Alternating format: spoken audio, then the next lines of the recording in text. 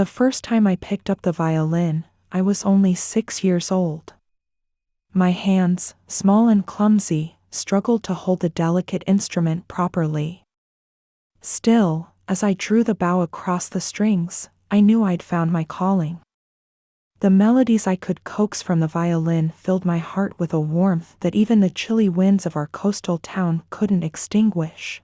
Years later, I still found myself wandering the familiar streets of our little town, violin case in hand.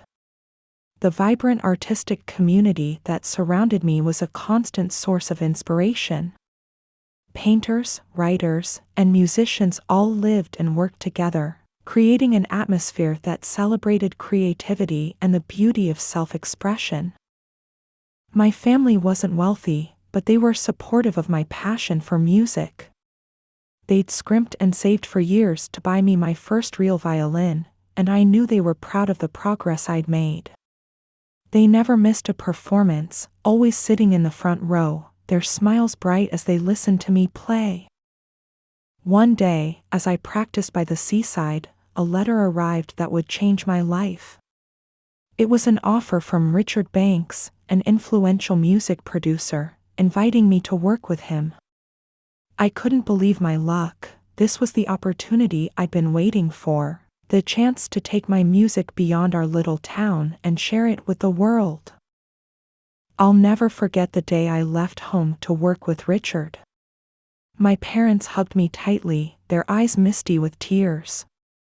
"We're so proud of you, Emily," my father whispered. "Just remember to stay true to yourself." I arrived at Richard's luxurious mansion filled with anticipation. The grand piano in the foyer was just the first sign that I'd entered a whole new world. Richard greeted me with a charming smile, his eyes sparkling with promise. "Welcome, Emily," he said. "I can't wait to help you unlock your full potential." Under Richard's guidance, my career began to take off. He introduced me to the right people, taught me the ins and outs of the industry, and produced my first album. I was living my dream, but soon, I began to see the darker side of the music business. Richard would often pressure me to change my music to make it more commercial, more marketable. At first, I tried to resist, but the fear of losing my newfound success gnawed at me. Slowly, I began to compromise, adjusting my melodies and lyrics to fit his vision. As my fame grew, I found it increasingly difficult to maintain my relationships with family and friends. Phone calls became shorter, visits less frequent. The people who had once been the center of my world were slipping through my fingers, replaced by parties, interviews, and the constant pressure to perform. One night, after a particularly grueling recording session, I found myself alone in my luxurious apartment, staring at the gleaming awards on my mantel.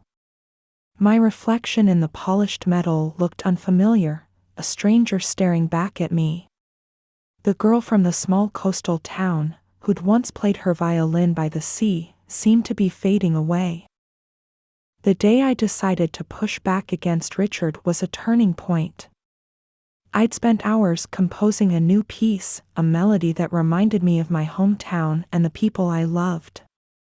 When I presented it to Richard, he listened intently, then shook his head. "It's beautiful, Emily," he said, "but it's not what people want. Trust me, I know what sells." My heart clenched, and for the first time, I found the courage to stand up to him. "This piece is important to me, Richard," I said, my voice trembling but determined. "I want my music to be genuine, to tell my story. Isn't that what art is about?" Richard's eyes narrowed, and I could see the surprise in his face, quickly replaced by irritation.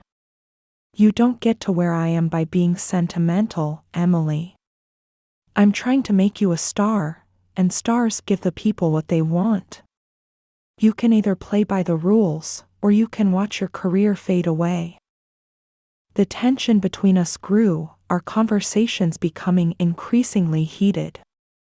It felt as if the power dynamics were shifting, my defiance sparking something within me that I hadn't known I possessed.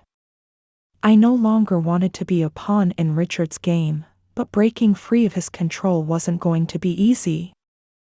The day of my confrontation with Richard began like any other. I had spent the morning rehearsing a new piece, one that I had written in secret, away from his watchful gaze. It was a song that captured the essence of my journey, a testament to my love for music and my desire to remain true to myself. As I walked into Richard's office, my heart pounding in my chest, I knew that this was the moment that would define my future. I took a deep breath and began to play the piece for him. Richard's expression shifted from surprise to anger as he listened. "What is this, Emily?" he demanded when I finished. "This isn't what I asked for. It's not what sells." "I know," I replied, my voice steady. "But it's what I want to play. It's my story, my heart. I won't compromise that anymore, not for you or anyone else." For a moment, Richard stared at me, his eyes blazing with fury. Then, unexpectedly, he laughed. "You'll regret this," he said, his voice cold. "I made you, and I can break you just as easily." But I didn't feel fear, only a sense of relief, as if a weight had been lifted from my shoulders. I knew that whatever came next, I would face it with the love and support of my family and friends, the people who had always believed in me. I left Richard's mansion for the last time, returning to the small coastal town where it had all begun. I found solace in the familiar sights and sounds, the salty sea breeze, and the artists who filled the streets with their creations. My decision to stand up for my integrity inspired others in the artistic community, and together, we formed a collective dedicated to preserving the authenticity of our work. Though my fame had waned, my passion for music had never been stronger. I continued to play, sharing my story with the world, one heartfelt note at a time. In the end, I realized that success and fame were fleeting, but the love and respect of those who truly knew me were worth more than any award or accolade. As I stood on the stage, my violin tucked beneath my chin, I knew that I had found my true purpose, to create art that moved and inspired, art that was a reflection of my own heart. And that, to me, was worth more than any amount of fame or fortune.